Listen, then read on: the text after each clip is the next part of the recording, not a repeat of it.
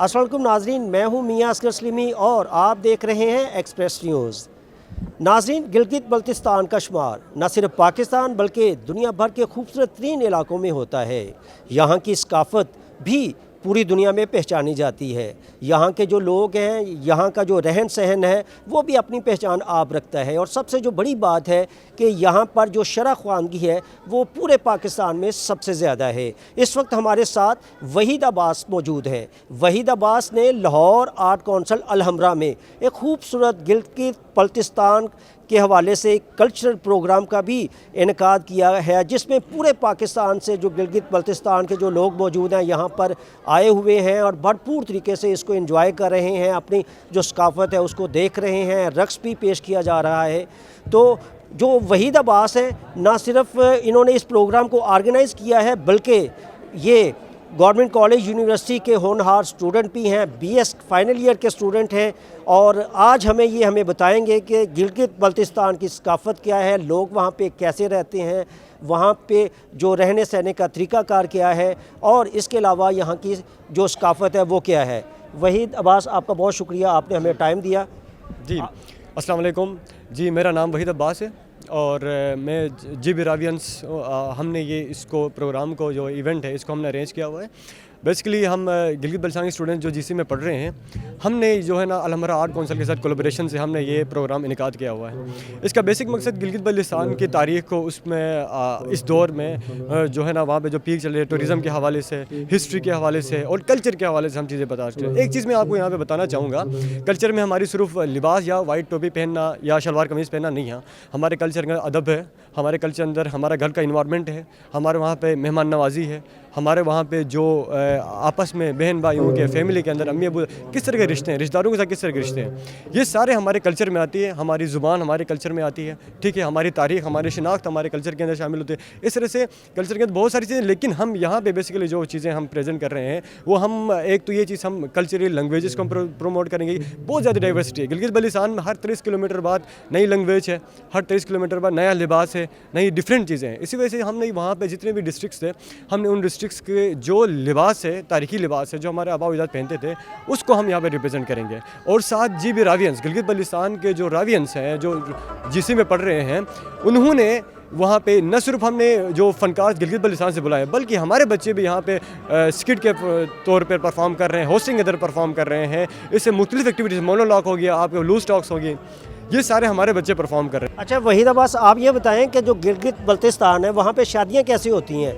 यहाँ पे तो आपको पता है बड़ा हल्ला गुल्ला होता है, मेहंदी भी होती है और इस तरह काफ़ी तकरीबात होती हैं, वहाँ पे क्या है? जी बिल्कुल, गिलगित बल्तिस्तान में जो शादी होती है वो घरों में होती है। यहाँ पे शादी हाल्स में होती है, हमारे वहाँ पे घरों में होती है और घरों में हमारे रिश्तेदार वगैरह आते हैं, काफ़ी अच्छा खासा। अब शादी के अंदर भी पता है वहाँ पे डाइवर्सिटी होने के बाद हर जगह टू जगह चीज़ें डिफ़र कर रही होती हैं।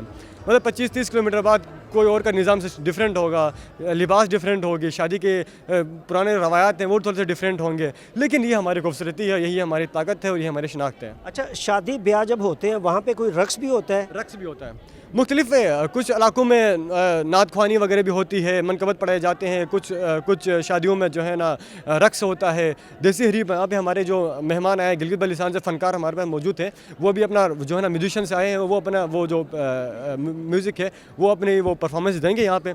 उसके साथ और हमारे पास जीबी से सिंगर्स आए हुए हैं हमारे, जो लैंग्वेजेस के हवाले से वो और सिंगिंग के हवाले से बताएंगे ऑडियंस को। अच्छा वहीद अब्बास, ये बताएं कि जो शरह ख्वानगी है, लिटरेसी रेट है, पाकिस्तान में सबसे ज़्यादा गिलगित बल्तिस्तान में है, क्या वजह क्या है? जी, ज़ाती तौर पर अगर इन माई ओपिनियन अगर देखा जाए तो मैं ये समझता हूँ कि गिलगित बल्तिस्तान के अंदर लोगों के अंदर एजुकेशन को हासिल करने की जो चाह है, वो जज्बा है, वो बहुत ज़्यादा है।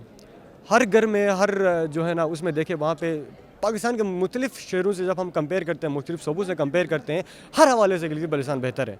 लेकिन जब हम आते हैं, यानी इंडिविजुअल की जब हम बात करते हैं और जब हम आते हैं इस गिलगित बल्तिस्तान के उसके ऊपर क्या कहते हैं, वहाँ पे कौन सी फैसिलिटीज़ वहाँ पे लोगों के लिए हैं, उसके ऊपर आते हैं तो एजुकेशन सिस्टम देखें आप, बाकी सूबों से कंपेयर करें, वहाँ पे स्कूलिंग का आप देख लें, एक ही यूनिवर्सिटी है, कराकोरम यूनिवर्सिटी, उसके बाद कोई यूनिवर्सिटी है ही नहीं।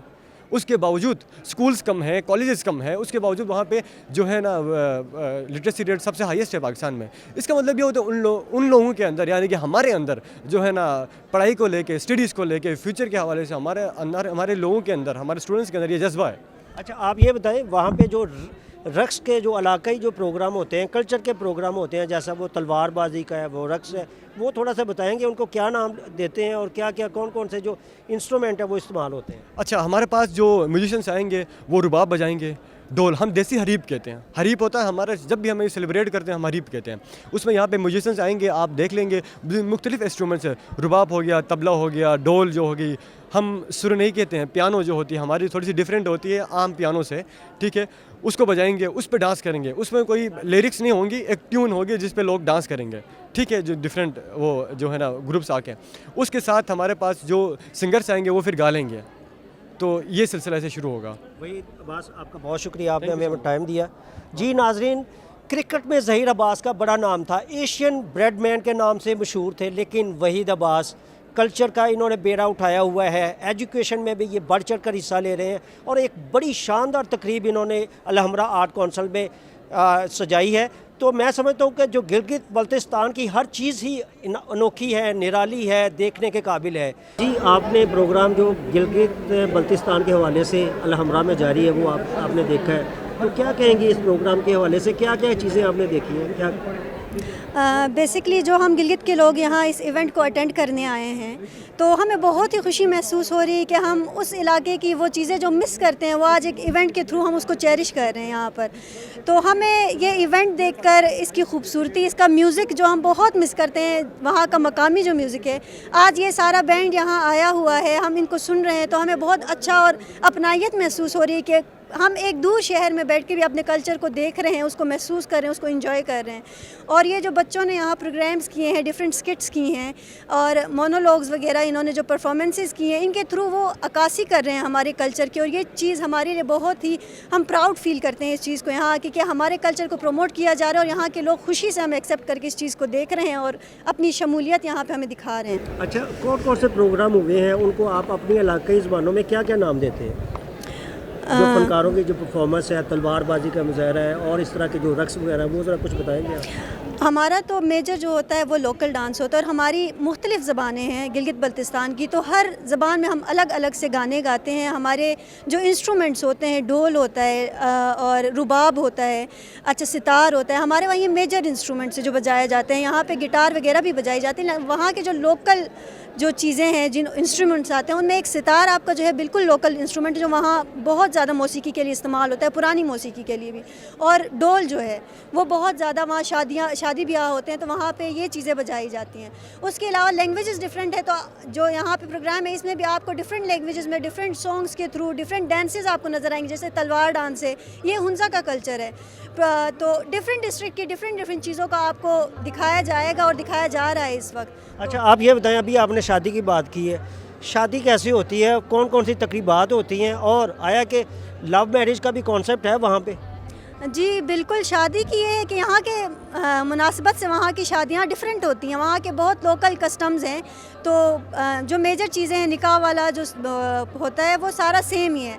उसके अलावा हमारा नाच गाना डिफरेंट होता है आप लोगों से, और हर इलाके की फिर वही बात आती है, डिस्ट्रिक्ट ज़्यादा हैं, डाइवर्सिटी ज़्यादा है, तो हर इलाके की जो है अलग अलग रिवायात हैं। जो मेजर रिवायात होती हैं वो ये है कि आप जब दूल्हे की शादी की बात करते हो तो एक दिन पहले मेहमानों की खुसूसी दावत होती है, जब रुखसती वाला दिन होता है यानी बारात जाती है, तो वो एक कॉमन चीज़ है जो गिलगित बल्तिस्तान में हर घर में होती है। और दुल्हन के आने के बाद एक दावत होती है अगले दिन सुबह। तो ये जो है ये कॉमन चीज़ें हैं जो हर डिस्ट्रिक्ट में होती हैं। इसके अलावा हर डिस्ट्रिक्ट की अपनी अलग अलग रिवायात और रस्में हैं। और बाकी मैरिज के लिहाज से बात करें तो जो लोग पढ़े लिखे हैं, लिटरेट लोग हैं, और जो लोग अपने जिनकी भी बॉन्डिंग अपने पेरेंट्स की बच्चों के साथ ज़्यादा है, वो कोशिश करते हैं कि वो अपने बच्चों की खुशी से ही उनकी शादियाँ करें। फोर्सफुली शादियों का जो रुझान पहले हुआ करता वो अब ख़त्म हो चुका है। अब लोग प्रेफर यही करते हैं कि उनके बच्चे खुशी से अपनी रजामंदी से अपने पैरों पे पहले खड़े हों, उसके बाद ही अगर इस बात को वो लेके आते हैं तो पेरेंट्स खुशी से इस चीज़ को एक्सेप्ट करने की हर मुमकिन कोशिश करते हैं। अच्छा, थोड़ी सी कोई परफॉर्मेंस हो जाए या गुनगुना के आपकी अपनी जो गिलगित बल्तिस्तान की लैंग्वेज में थोड़ा सा? गुनगुनाऊंगी तो नहीं, अलबत्ता मैं अपनी लैंग्वेज में अगर आप कुछ चाहते हैं तो मैं बोल देती हूँ। इस इवेंट के हवाले से मैं इधर आई हूँ, तो मेरी जो बेसिक लैंग्वेज है मदर टंग वो शिना स्पीकर हूँ मैं, और पुनियाल की शिना स्पीकर हूँ। हमारे मतलब डिफरेंट डायलेक्ट्स होते हैं शिना के, लेकिन मैं गिज़र साइड की हूँ तो मेरा डायलेक्ट डिफरेंट है। तो मैं जो भी यहाँ सुन रहा हूँ उन सबको मैं शिना में ही कहना चाहूँगी कि मस्तोम ही जो सो बुट अनु प्रोग्राम और खुश आमदीद थे मिस, और मत लाए की खुशी महसूस बीन के अनु शहर और आनवे बे बुट जग से अचाक खुश थे। तो सही लाई शुक्रिया, मेहरबानी, जूग अस्सलाम। बहुत शुक्रिया आपका। उम्मीद है आपको हमारा ये व्लॉग अच्छा लगा होगा।